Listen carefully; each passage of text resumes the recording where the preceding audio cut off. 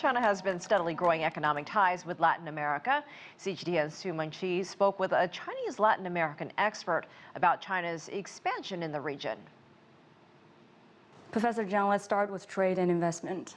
Bilateral trade volume between China and Latin America has soared from just a little over $10 billion at the beginning of the century to more than $300 billion now. What do you think has driven such a rising trade and investment relationship? Well, I would say the reason behind this kind of surge is very simple. You know, China's economy has been growing so rapidly. If you want to grow your economy, you need to put in raw materials. Latin America is rich in natural resources. So this is a kind of complementarity. The fact that China is buying natural resources, we're saying that it's a win-win cooperation, right? And some are saying that it's a zero-sum game.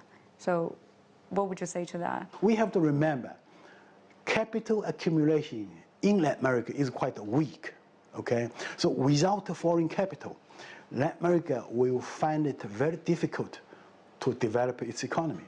And now I think China has done its best to help Latin America to establish its basic industries so that they can make their raw materials and the natural resources more value added. So this is a kind of a win-win situation for our two sides. Can you give more example? I would say there are 6 main areas of cooperation between our two sides. And to push forward in innovation is one of the main areas. Look at Huawei. Huawei has been doing a good job in helping Latin America to strengthen its capacity in innovation. How? Because Latin America wants to have more internet, wants to have more highly sophisticated technologies in communication, and Huawei has been selling lots of technology for Latin America. In building the ICT, the information infrastructure. Yes, you're right. Mm-hmm.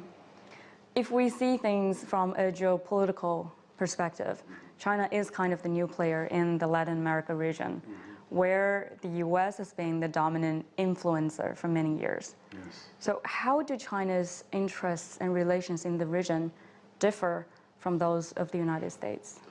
On the whole, if we say trade and investment, I think the basic ways of doing business with Latin America is the same for China and the US. Now, there's one big difference. Okay, China's cooperation with Latin America is mainly focused on economic cooperation. China has no intention of imposing its political influence on Latin America. So last year saw more than a dozen Latin America countries officially join the Belt and Road Initiative proposed by China. But also some big political changes took place in many of the countries in the region. So what do you think the future of the China-Latin America relationship will head? There are some political changes in Brazil, in Argentina, but it's okay. China wants to do business with the region not based on ideology, okay? It's based on win-win benefits, mutual benefits. So I don't believe that political changes in Latin America will affect the cooperation between our two sides in a negative way.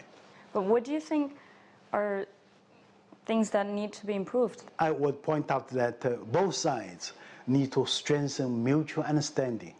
You know, some scholars from Latin America say China is not a developing country. So China's cooperation with them is not South-South, it's just North-South. What's the difference? What would be the difference?